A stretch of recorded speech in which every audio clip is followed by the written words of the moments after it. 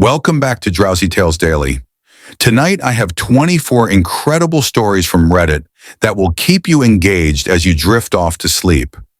From family betrayals to relationship deceptions, workplace drama, and social media controversies, these real-life situations will have you questioning human nature and wondering what you would do in these scenarios.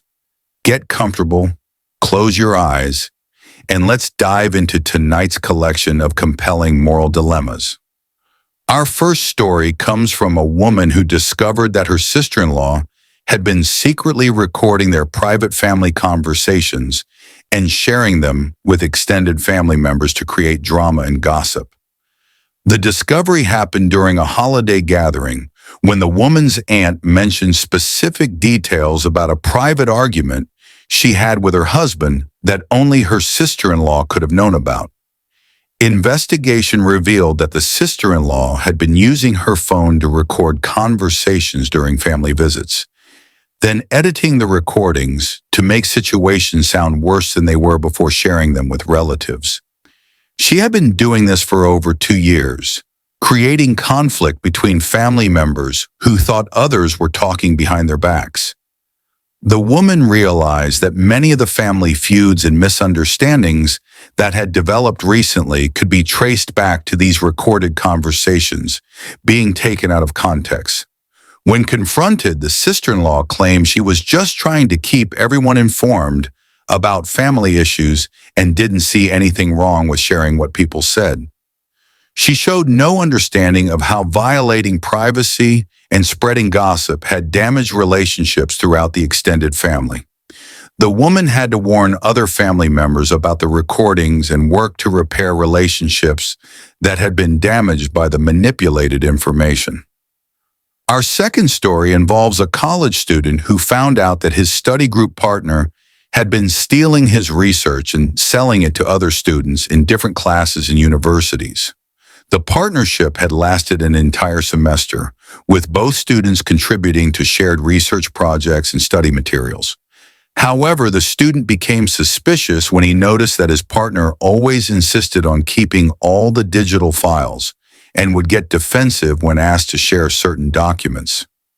The truth came out when a friend from another university mentioned seeing the student's research being presented by someone else in their economics class. Investigation revealed that the partner had been taking the student's original research, analysis, and written work, then selling it to students at other schools who needed help with similar assignments. He had been marketing himself as a freelance academic consultant and charging hundreds of dollars for work that wasn't his own. The partner had been careful to only sell the work to students at different universities to avoid detection, but had gotten careless and started selling to students in overlapping social circles. When confronted, the partner claimed that since they had worked together, he had the right to use their shared materials however he wanted. He showed no remorse for stealing intellectual property and profiting from someone else's hard work. The student had to report the academic fraud to both universities involved and document his original research to prove ownership of the work that had been stolen. Our third story comes from a man who discovered that his longtime barber had been charging him double the normal rate for over 3 years while telling other customers that he was getting a discount. The man had been a loyal customer for 5 years and trusted his barber completely, never questioning the prices or comparing them to other shops in the area. The deception came to light when the man's friend mentioned how lucky he was to get such cheap haircuts when the friend paid much more at the same shop. Confused, the man compared notes with several other customers and realized that he was actually paying the highest prices while being told he was getting a special deal. Investigation revealed that the barber had been telling different customers different stories about pricing. Some were told they were getting loyalty discounts. Others were told they were paying premium rates for special services, and a few were charged standard rates. The barber had been keeping track of who was willing to pay what amounts and adjusting his stories accordingly. He had specifically targeted customers who seemed financially comfortable or who didn't shop around for price comparisons. When confronted, the barber claimed that he charged based on the complexity of each customer's hair and the amount of time required, but couldn't explain why the man's simple haircut cost more than other customers' elaborate styling. The man realized he had been taken advantage of due to his trusting nature and loyalty, and had to find a new barber while warning other customers about the deceptive pricing practices. Our fourth story involves a woman who found out that her book club friends had been meeting separately without her for months, discussing not only books, but also her personal life and making decisions about group activities in her absence. The woman had been part of this book club for over 2 years and considered these women to be close friends who shared her love of literature and intellectual discussions. She started noticing that conversations would stop when she entered rooms, and people seemed to know things about upcoming events or book selections that she hadn't heard about. The truth came out when one of the newer members accidentally mentioned a discussion they had about whether the woman's recent divorce made her too emotional for certain book topics. Investigation revealed that the core group had been meeting at a different member's house every few weeks, ostensibly to discuss supplementary reading, but actually to talk about the woman's personal struggles and debate whether she was still a good fit for the group. They had been analyzing her contributions to discussions, critiquing her book recommendations, and making group decisions without her input. The separate meetings had started shortly after her divorce, when some members felt she was bringing too much personal drama to their literary discussions. When confronted, the group members claimed they were just trying to be supportive and figure out how to help her through a difficult time. However, their discussions had focused more on gossip and judgment than genuine concern, and they had been planning to gradually exclude her from future activities. The woman realized that these people were not the supportive friends she thought they were, and decided to leave the group to find people who would treat her with respect and genuine friendship. Our fifth story comes from a father who discovered that his teenage son's tutor had been doing the boy's homework assignments instead of actually teaching him the material. The father had hired the tutor to help his son improve his grades in mathematics and was pleased to see immediate improvement in test scores and assignment quality. However, he became suspicious when his son seemed unable to explain concepts that he had supposedly mastered in his homework. Investigation revealed that the tutor had been completing assignments for multiple students and charging premium rates for what parents thought was intensive tutoring. She would meet with students just long enough to get the assignment details, then complete the work herself using advanced techniques that were beyond the student's current level. The students would submit the completed work without understanding any of the processes or concepts involved. The tutor had convinced parents that their children were naturally gifted and just needed confidence building, which explained why homework quality was so much better than test performance. She had been running this operation for over a year, taking money from desperate parents while actually harming their children's education by preventing them from learning to struggle with and master difficult concepts. When confronted, the tutor claimed she was just providing extra support and that students learned by seeing examples of proper work. However, she couldn't explain why none of her students could replicate the work independently or show understanding of the methods used. The father realized his son had learned nothing and was now behind his classmates in mathematical thinking skills. He had to find legitimate tutoring help and explain to his son why taking shortcuts would ultimately harm his education and personal development. Our sixth story involves a woman who found out that her fitness instructor had been secretly filming students during private training sessions and sharing the videos on social media without consent. The instructor had built a following by posting workout content and client transformations, but had never asked permission to film or share footage of paying customers. The woman discovered this when a friend sent her a screenshot of herself exercising that had been posted on the instructor's social media account with commentary about her form and progress. Investigation revealed that the instructor had been using hidden cameras placed around the gym to capture footage of clients during their most vulnerable moments, struggling with difficult exercises, sweating profusely, or appearing frustrated. He would edit these clips to create content that made him look like an expert trainer, while often making clients appear incompetent or out of shape. Some videos included disparaging commentary about clients' abilities or appearance, disguised as educational content about proper form. The instructor had been building his personal brand and attracting new customers by exploiting his current clients' privacy and dignity. Many clients had no idea they were being filmed, and others thought any recordings were for their own progress tracking, not public consumption. When confronted, the instructor claimed that the gym's general waiver covered social media use and that he was helping clients by sharing their fitness journeys.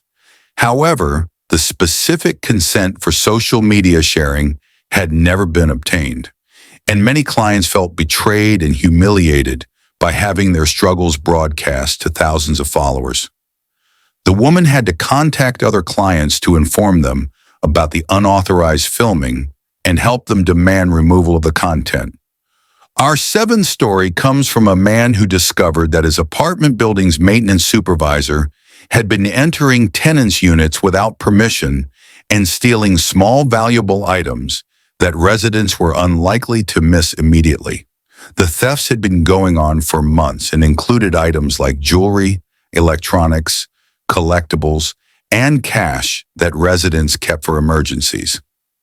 The man became suspicious when he noticed that a vintage watch his grandfather had given him was missing from his bedroom dresser, but there were no signs of forced entry to his apartment.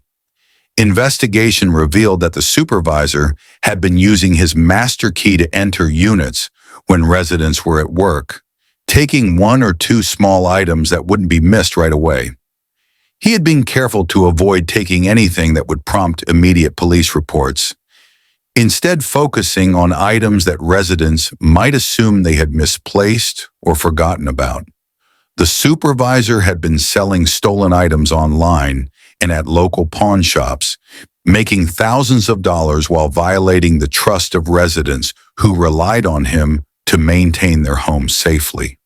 He had kept detailed notes about residents' schedules and valuable possessions, essentially casing their apartments during legitimate maintenance visits. The operation was sophisticated. He would space out thefts from the same unit by several months and never take everything valuable at once. When confronted by building management, the supervisor claimed that residents often gave him small gifts or asked him to sell items for them, but couldn't produce any documentation of these supposed arrangements. The man had to work with other tenants to inventory their missing items and file police reports, while the building had to change all locks and implement new security procedures to prevent future incidents. Our eighth story involves a woman who found out that her wedding planner had been booking multiple weddings for the same date and time, planning to handle whichever event paid the highest additional fees while canceling others at the last minute. The woman had paid a substantial deposit and spent months planning her dream wedding with this highly recommended planner. However, 2 weeks before her wedding date, she received a call saying that there had been a scheduling conflict and her venue was no longer available. The planner offered to help reschedule for a different date or find an alternative venue, but seemed oddly unconcerned about the crisis she had created.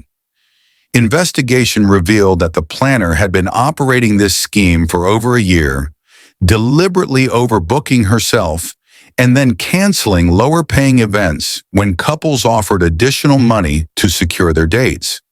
She would create artificial emergencies like venue cancellations or vendor conflicts, then offer to solve the problems for additional fees. Couples who couldn't or wouldn't pay extra would be abandoned close to their wedding dates, forcing them to scramble for alternatives or postpone their events. The planner had been counting on couples being too desperate to research other options thoroughly, allowing her to overcharge for substandard backup services. She had also been keeping deposits from canceled weddings, claiming that her time and preliminary work justified the charges even when events didn't take place.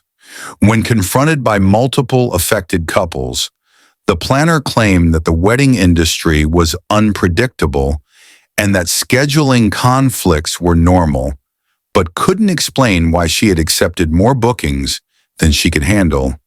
The woman had to hire a lawyer to recover her deposit and warn other couples about the fraudulent practices. Our ninth story comes from a college student who discovered that his resident advisor had been reading students' private mail and using personal information to manipulate dorm politics and social dynamics. The RA had access to mail delivery and had been opening letters, packages, and official documents to gather information about students' personal lives, family situations, and academic standing. He would then use this information to create alliances, spread gossip, and position himself as someone who understood what students were going through. The student became suspicious when the RA seemed to know private details about his family's financial struggles that he had only shared in letters to his parents. Investigation revealed that the RA had been systematically violating federal mail privacy laws to maintain social control over his dormitory floor. He had been reading letters from home to learn about family problems, opening financial aid documents to understand students' economic situations, and even intercepting care packages to see what kinds of support students were receiving. The RA would use this information to offer fake sympathy and support, while actually manipulating students for his own social benefit. He had been creating drama between students by sharing private information he had learned from their mail, disguised as concern for their well-being. The operation had been going on for an entire academic year, affecting dozens of students who trusted him as their residential advisor and mentor. When confronted, the RA claimed he was just trying to be a better advisor by understanding students' challenges, but couldn't explain why he had never asked permission or informed students that their mail was being monitored. The student had to report the federal crime to both university administration and postal authorities, leading to criminal charges and the implementation of new mail security procedures in all campus housing. Our 10th story involves a woman who found out that her personal trainer at an expensive boutique gym had no actual fitness certifications and had been making up workout routines that were potentially dangerous for people with health conditions. The trainer had an impressive physique and spoke confidently about exercise science, leading clients to believe he was highly qualified and knowledgeable. However, the woman became concerned when she developed persistent joint pain after following his high-intensity routines, and her doctor warned her that some exercises were inappropriate for her age and fitness level. Investigation revealed that the trainer had completely fabricated his credentials, claiming certifications from organizations that didn't exist and degrees from institutions where he had never enrolled. He had been creating workout programs based on random internet research rather than proper exercise science, often combining incompatible training methods that could lead to injury. The trainer had been particularly dangerous in his work with older clients and people with medical conditions, dismissing their concerns and pushing them beyond safe limits. He had convinced the gym owner to hire him by presenting fake credentials and had been charging premium rates for expertise he didn't possess. Several clients had suffered injuries that could be traced to his inappropriate training methods, but had blamed themselves for not being fit enough rather than questioning his qualifications. When confronted, the trainer claimed that real-world experience was more valuable than formal education and that his results spoke for themselves. However, his results included multiple client injuries and no measurable improvements in fitness for people who had trained with him for months. The woman had to warn other clients about the fraud and helped them understand that their injuries were due to incompetent training rather than their own limitations. Our 11th story comes from a man who discovered that his child's daycare provider had been giving children unauthorized medications to keep them calm and compliant during the day. The provider had been running a home daycare for several years and had an excellent reputation in the community for maintaining a peaceful, well-behaved group of children. However, the man became suspicious when his typically energetic 4-year-old seemed unusually drowsy and lethargic every evening after daycare. Investigation revealed that the provider had been giving children over-the-counter sleep aids and allergy medications that caused drowsiness without parental knowledge or consent. She had been telling parents that their children were naturally calm and well-behaved at daycare when actually they were being sedated to make them easier to manage. The provider had been researching which medications would make children sleepy without causing obvious symptoms, then crushing pills into snacks or drinks to hide the dosing. She had been particularly targeting children who were active or had behavioral challenges, essentially drugging them instead of providing appropriate care and activities. The operation had been going on for over a year, affecting dozens of children whose parents had no idea their kids were being given unauthorized substances. Some children had been receiving these medications daily for months, with unknown long-term effects on their developing systems. When confronted, the provider claimed she was just giving children natural supplements to help them relax, and that she wasn't doing anything harmful. However, investigation revealed that she had been giving prescription-strength medications in doses that were inappropriate for children's ages and weights. The man had to involve Child Protective Services and law enforcement, leading to criminal charges and the closure of the daycare. All affected families had to have their children medically evaluated to assess any potential health impacts from the unauthorized drugging. Our 12th story involves a woman who found out that her elderly neighbor had been pretending to have dementia in order to avoid responsibility for property damage and antisocial behavior in their residential community. The neighbor had been causing problems for years, damaging shared garden areas, making excessive noise, and confronting other residents aggressively. However, whenever anyone complained, her adult children would explain that she had dementia and couldn't control her behavior, asking for patience and understanding. The woman became suspicious when she noticed that the neighbor's supposedly confused behavior was very selective. She could remember complex grudges against specific residents, but claimed to forget basic social rules. Investigation revealed that the neighbor was completely mentally competent and had been using the dementia excuse to avoid consequences for her deliberate antisocial actions. She had coached her children to support the story and had even attended some medical appointments to maintain the deception. The neighbor had been strategically targeting residents she disliked while being perfectly pleasant with others, then claiming confusion when confronted. She had been using the fake dementia diagnosis to avoid paying for property damage, skip community obligations, and generally behave however she wanted without social consequences. The deception had been going on for over 3 years, during which time other residents had been tolerating increasingly problematic behavior out of compassion for what they thought was a medical condition. When confronted with evidence of her competence, the neighbor initially tried to maintain the deception, but eventually admitted that she had been faking symptoms because it was easier than dealing with complaints about her behavior. The woman had to work with other residents and community management to address the fraud and establish consequences for the neighbor's actual deliberate misconduct.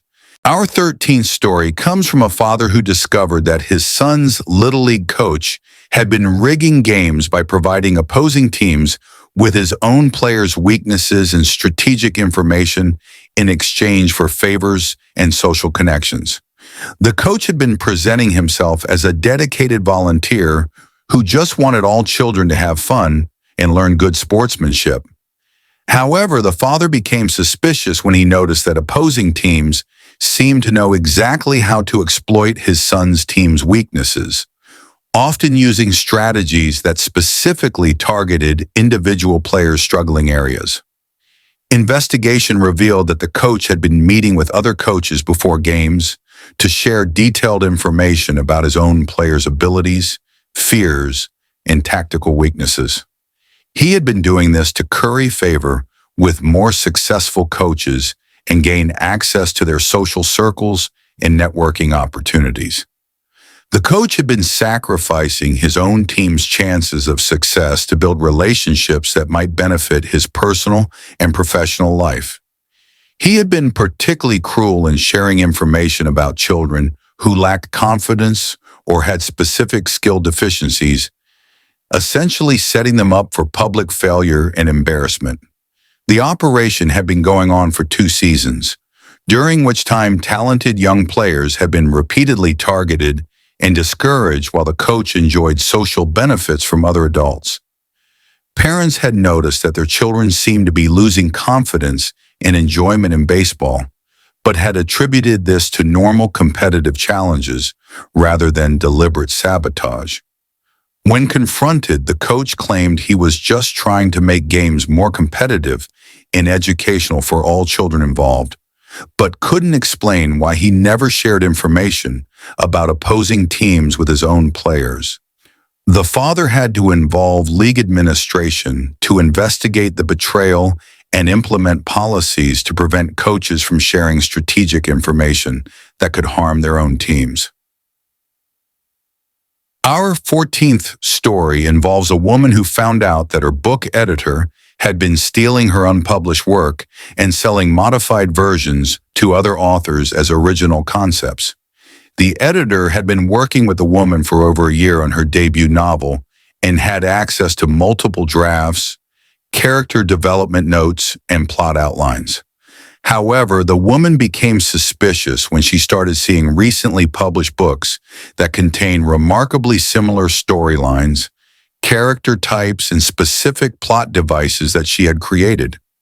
Investigation revealed that the editor had been taking elements from clients' unpublished works and selling them as story concepts to other writers who were struggling with creativity or facing tight deadlines. She would modify enough details to avoid obvious plagiarism while keeping the core creative elements that made stories compelling and marketable. The editor had been running this operation for several years, stealing from multiple clients and building a reputation as someone who could help blocked writers find inspiration. She had been particularly targeting new authors who were desperate for professional help and unlikely to have legal resources to fight back if they discovered the theft. The operation was sophisticated. She would combine elements from different clients' works to create new concepts, making it harder to trace the original sources. Some authors who had purchased these stolen concepts had gone on to achieve publishing success with work that was fundamentally based on other people's creativity. When confronted, the editor claimed that all stories shared common elements and that inspiration came from many sources, but couldn't explain why so many specific and unique details appeared in work by authors she had helped. The woman had to hire a lawyer to protect her intellectual property and warn other writers about the theft of creative work. Our 15th story comes from a man who discovered that his therapist had been sharing details from his sessions with her other clients as entertainment and bonding material during their appointments. The therapist had been treating the man for anxiety and relationship issues for over 6 months, and he had developed trust in her professional judgment and confidentiality. However, he became concerned when he started dating one of her other clients and realized that she knew intimate details about his therapy sessions that could only have come from their therapist. Investigation revealed that the therapist had been using patients' personal stories as conversation material with other clients, presenting the information as anonymous examples, but including enough specific details that people could identify each other. She had been creating a sense of community among her clients by sharing gossip disguised as therapeutic insights, essentially running a social circle rather than maintaining boundaries. The therapist had been particularly careless about sharing information about clients' dating lives, family conflicts, and personal struggles, often using these stories to make other clients feel better about their own situations. She had been violating fundamental professional ethics while charging full fees for therapy sessions that were compromised by her inability to maintain confidentiality. Several clients had unknowingly been discussing each other's private business without realizing that their therapist was facilitating inappropriate information sharing. When confronted, the therapist claimed she was using generalized examples to help clients understand that they weren't alone in their struggles, but couldn't explain why these examples contained specific identifying details.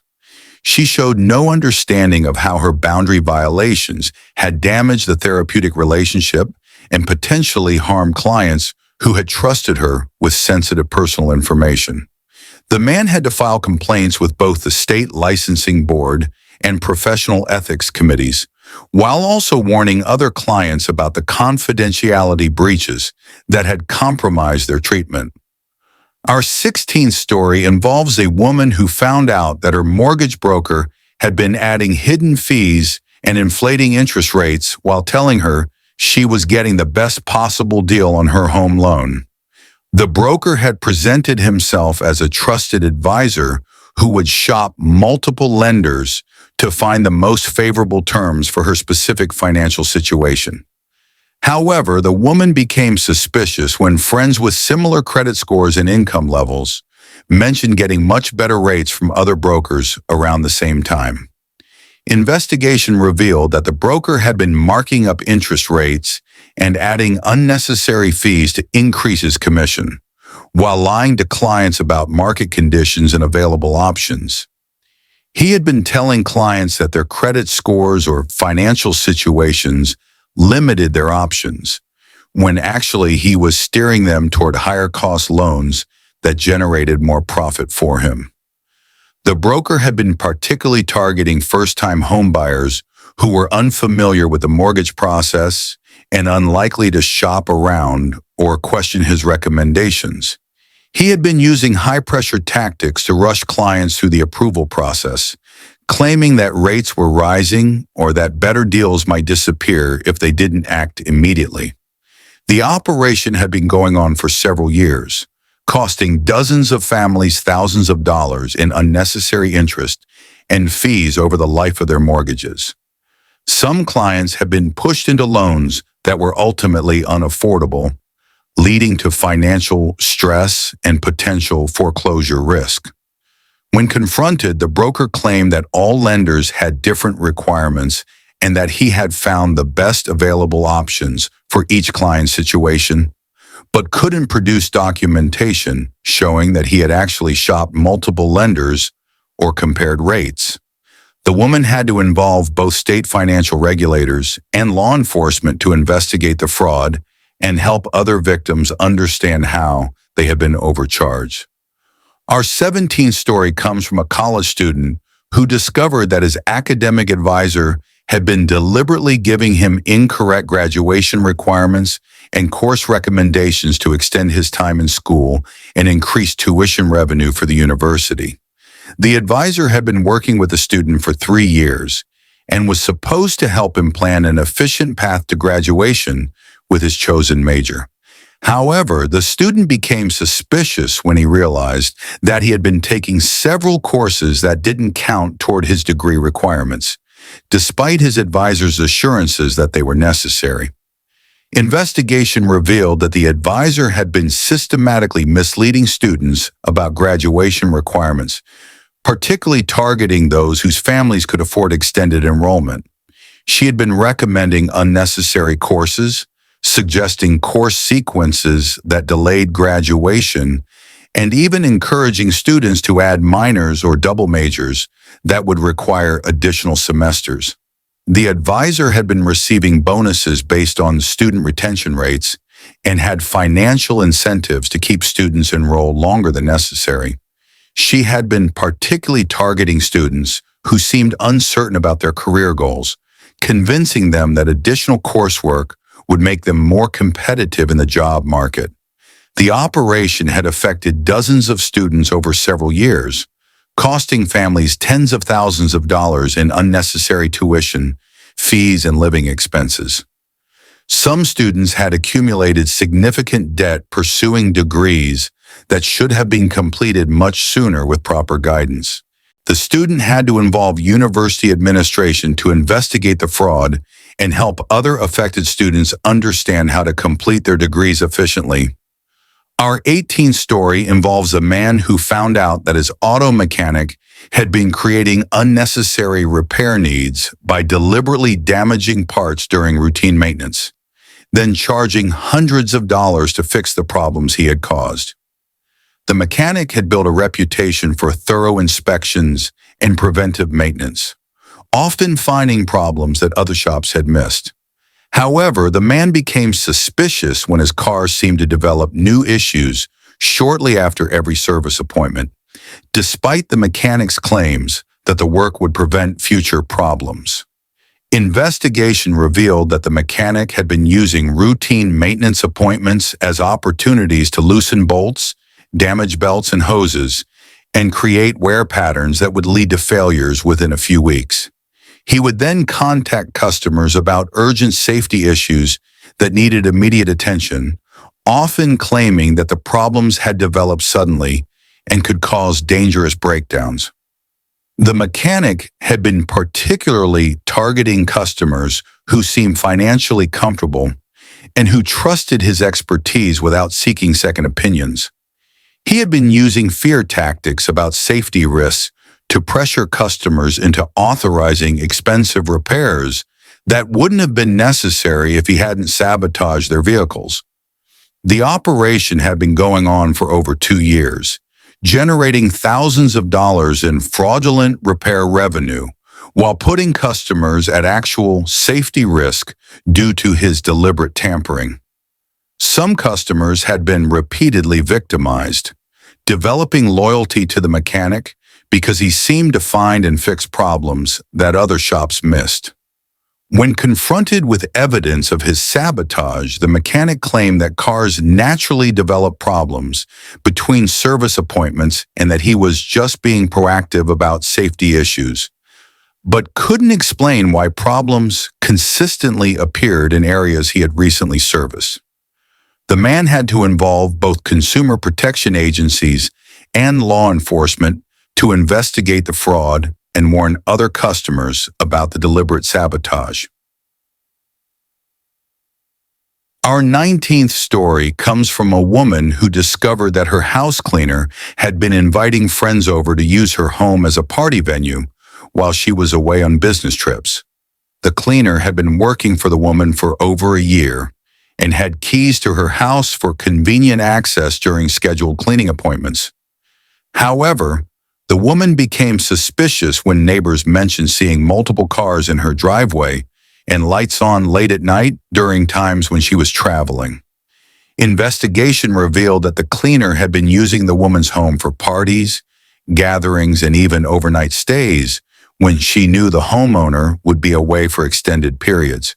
She had been inviting friends and acquaintances to enjoy the pool, use the entertainment systems, and essentially treat the house as their own personal venue.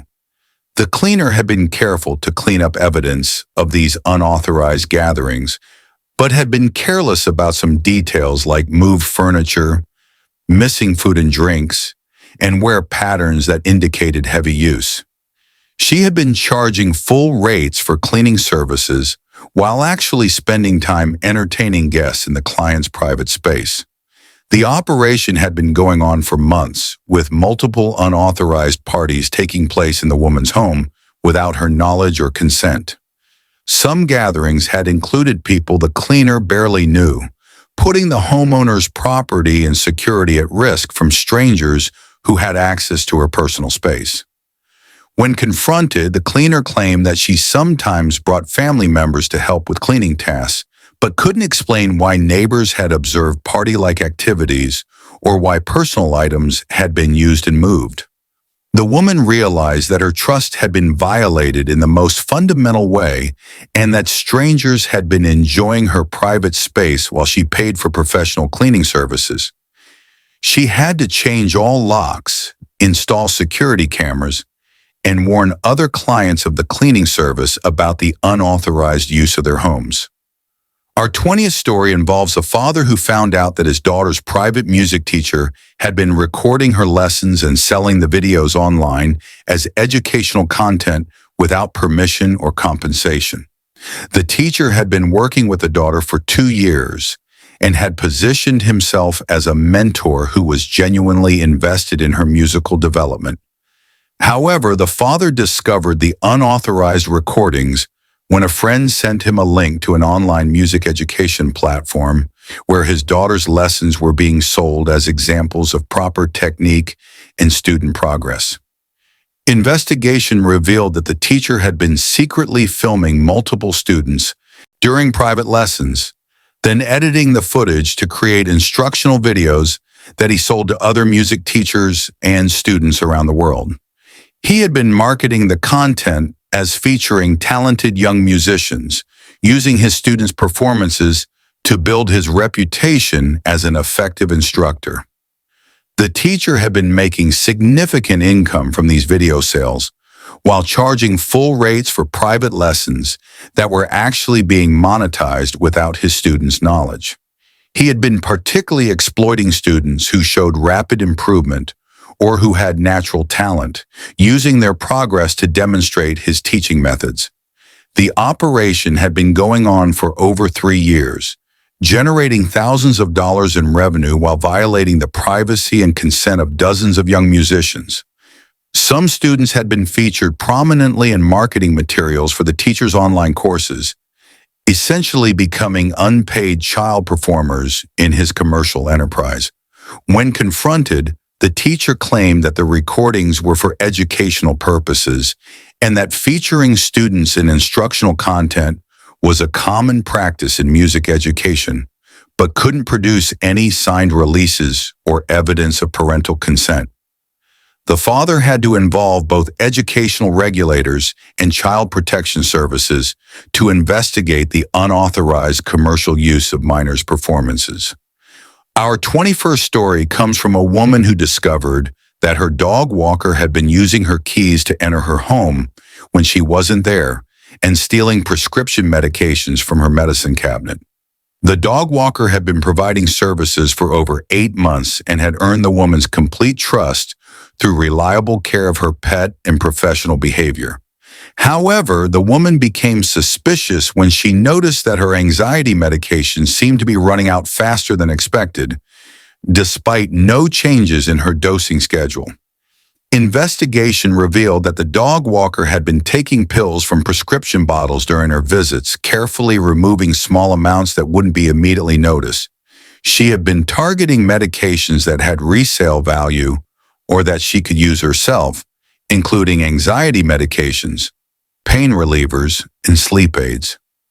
The dog walker had been researching which medications were valuable and had been gradually escalating her thefts as she became more confident that the woman wasn't carefully tracking her pill counts. She had been using the legitimate need to enter the home for pet care as cover for what was essentially a drug theft operation. The thefts had been going on for several months and had affected multiple prescription bottles, potentially leaving the woman without necessary medications at crucial times. Some of the stolen medications were controlled substances, making the theft a serious felony that could have long-term consequences for both the thief and the victim. When confronted, the dog walker claimed that she had occasionally taken a single pill when she was having panic attacks while caring for the dog, but couldn't explain why multiple different medications were missing or why she had never asked permission. The woman realized that her trust had been violated by someone she'd given access to her most personal space and that her health had been put at risk by the theft of necessary medications. She had to involve law enforcement to investigate the drug theft, change all her locks, and find new pet care providers, while also dealing with the challenge of replacing stolen controlled substances. Our 22nd story involves a man who found out that his elderly father's home health aide had been convincing the old man to change his will and give her power of attorney by claiming that his adult children were planning to steal his money and put him in a nursing home. The aide had been caring for the father for over a year and had developed what seemed like a genuine caring relationship with the elderly man. However, the man became concerned when his father started making accusations about family members planning to take advantage of him and began refusing visits from his children. Investigation revealed that the aide had been systematically poisoning the father's relationships with his family by telling him lies about their intentions and motivations. She had been claiming that his children only visited when they wanted money, that they had been discussing nursing home placement behind his back, and that they were planning to take control of his finances. The aide had been positioning herself as the only person who truly cared about the elderly man's well-being and who could protect him from his supposedly greedy family. She had been gradually convincing him to make legal changes that would give her control over his finances and healthcare decisions. The manipulation had been sophisticated and persistent, taking advantage of the elderly man's isolation and dependence on her care. She had been researching his family dynamics and using his fears about aging and helplessness to make her lies more believable. When the man finally managed to have a private conversation with his father, he realized that the elderly man had been completely deceived about his family's intentions and had been making legal decisions based on fabricated information. The aide had been preparing to gain control of significant assets while destroying the father's relationships with people who actually loved him.